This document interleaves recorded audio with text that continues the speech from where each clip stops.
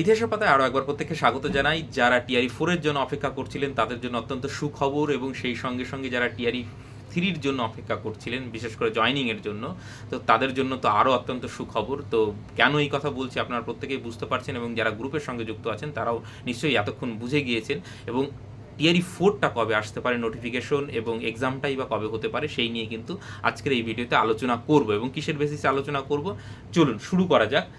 এবং আমাদের সঙ্গে যুক্ত হতে চাইলে কমেন্ট সেকশনে লিঙ্ক দেওয়া থাকলো, সেইখানে গিয়ে যুক্ত হতে পারেন আমাদের গ্রুপের সঙ্গে, এবং ফার্দার যে কোনো নিয়োগ সংক্রান্ত আপডেট আপনারা কিন্তু সেখান থেকে পেতে পারেন। দেখুন, বিপিএসসি টিআরই 3 এইটা যতক্ষণ না কমপ্লিট হচ্ছে ততক্ষণ কিন্তু টিআরই 4 আসবে না, এইটুকু আপনারা প্রত্যেকেই বুঝে গিয়েছেন। এবং এটা সরকারের ঘোষিত নীতি, কেন সেটা বারবার আপনাদের বুঝিয়ে বলেছি, সেটাই যাচ্ছি না। এই টিআরই 3-র স্কুল অ্যালটমেন্ট আজকে থেকে কিন্তু শুরু হয়েছে, অর্থাৎ 3রা মে, এবং এই স্কুল অ্যালটমেন্ট আজকে থেকে শুরু হয়েছে। তার মানে কি, এই স্কুল অ্যালটমেন্ট যখন হলো আরও কয়েকদিন ধরে চলবে। আজকে হয়তো 11টা জেলার হওয়ার কথা আছে, ধাপে ধাপে কিন্তু মোটামুটি এই সপ্তাহের মধ্যে পুরোটা কমপ্লিট হয়ে যাবে। হয়তো কিছু বাকি থাকতে পারে, কিন্তু খুব দ্রুত সেই কাজটা চলছে। এবং আজকে থেকে সেটা শুরু হলো, মেসেজ আসা শুরু হয়েছে প্রত্যেকের, যে কে কোন স্কুল পাচ্ছে, এবং বেশিরভাগ জনই নিজের পছন্দের, প্রায় 80% শোনা যাচ্ছে যে নিজের পছন্দের স্কুল তারা পেয়েছে। তো সেই জায়গায় দাঁড়িয়ে এই স্কুল অ্যালটমেন্টটা কমপ্লিট হলেই তারপর কি হবে, সেই নির্দিষ্ট স্কুলে গিয়ে তিনি জয়েন করবেন। এইবার সবাই 100% জয়েন করবেন না, তো দু একজন হয়তো অন্য চাকরিতে বা কোনো কারণবশত তার জয়েন নাই করতে পারেন। তো যারা জয়েন করবেন তাদেরকে পাঠানো হবে ট্রেনিংয়ে, এবং এই ট্রেনিংয়ে এই মাসের মধ্যেই পাঠানো হবে, নিশ্চয়ই আপনারা বুঝতে পারছেন। এবং সেই সঙ্গে প্যারালালে আরেকটা জিনিস চলছে, সেটা না উল্লেখ করলেই নয়, সেটা হচ্ছে ট্রান্সফার। আপনারা জানেন যে শিক্ষকদের সুবিধার্থে বিহার সরকার কিন্তু একদম ব্যাপক স্তরে কিন্তু ট্রান্সফার করার প্রক্রিয়া চলছে। তাহলে কারা জয়েন করলো, কারা করলো না, কতগুলো পদ ফাঁকা থাকলো, এবং ট্রান্সফার কে কোথায় হলো, সেইটা গণনা করে যে টিআরই 4-এর জন্য কতগুলো আসন থাকছে, এবং সেই হিসাবে রোস্টার বানিয়ে কিন্তু টিআরই 4-এর নোটিফিকেশন আসবে। তার মানে কি, এই মে মাস, তাহলে মে মাসটা এই প্রসেস যদি হয়ে যায়, জুন তার পরবর্তী মাস জুনে তাহলে নোটিফিকেশন আসার কথা। এইবার জুনের কি প্রথম দিকে না শেষের দিকে? দেখুন, আমি যতটুকু অনুমান করছি, এই যে এইটুকু যেটুকু বললাম, এইটুকু কিন্তু সবটাই অফিসিয়াল আপডেট বললাম, কিন্তু টিআরই 4 নিয়ে আমি যেটা বলছি এর ওপর ভিত্তি করে বলছি, কিন্তু এটা কিন্তু অফিসিয়াল আপডেট নয়, আগেই বলে। তাহলে নোটিফিকেশন কবে আসবে, এইটা হচ্ছে প্রথম প্রশ্ন।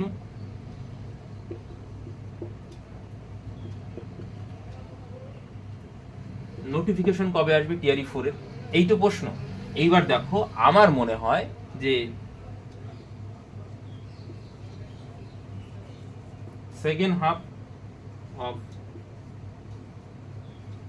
জুন, এই রকম সময়টাই নোটিফিকেশন আসবে, ফার্স্ট হাফে কিন্তু আসবে না, ঠিক?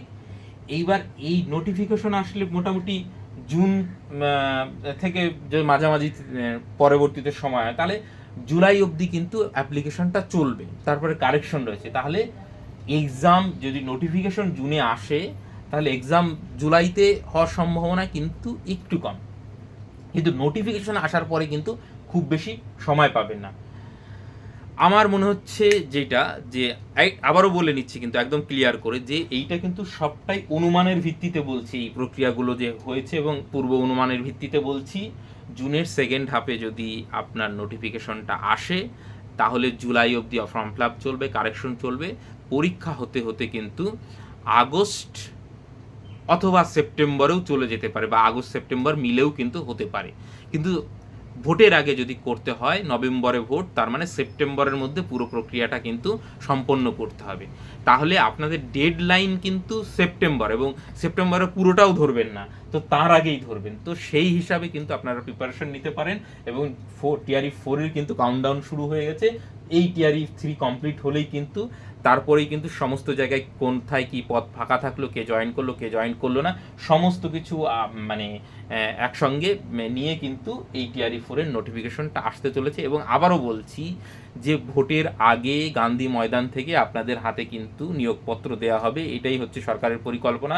এবং নোটিফিকেশন আসার পর কিন্তু খুব বেশি সময় পাওয়া যাবে না, এবং সরকার পরীক্ষা বিপিএসসি নিয়ে নিতে পারবে, সেই পরিকাঠামো কিন্তু রয়েছে। যেহেতু এখানে অনলাইন হচ্ছে না, অফলাইন হচ্ছে, পেপার পেন মুডে, তো এক দিনে এক একটা পুরো ধরুন প্রাইমারি, আপার প্রাইমারি, 9, 10, 11, 12, মোটামুটি 4 দিন পরীক্ষা নিলেই কিন্তু পুরো পরীক্ষা কমপ্লিট। তো সেইভাবে আপনারা প্রস্তুতি নিন, এবং এইটা কিন্তু একদম ক্লিয়ারলি বোঝা যাচ্ছে যে বিপিএসসি টিআরই 4 সেপ্টেম্বরের আগে কমপ্লিট হবে, সেপ্টেম্বরের মধ্যেই কিন্তু আপনাদের পুরো প্রসেসটা কমপ্লিট হয়ে যাবে, এইটুকু প্রত্যাশা রাখছি। এবং আপনারা সেইভাবে প্রিপারেশন নিন, এখনও যথেষ্ট সময় আছে, খুব ভালো করে পড়ুন, এবং এখনই হচ্ছে সঠিক সময় পড়াশোনার।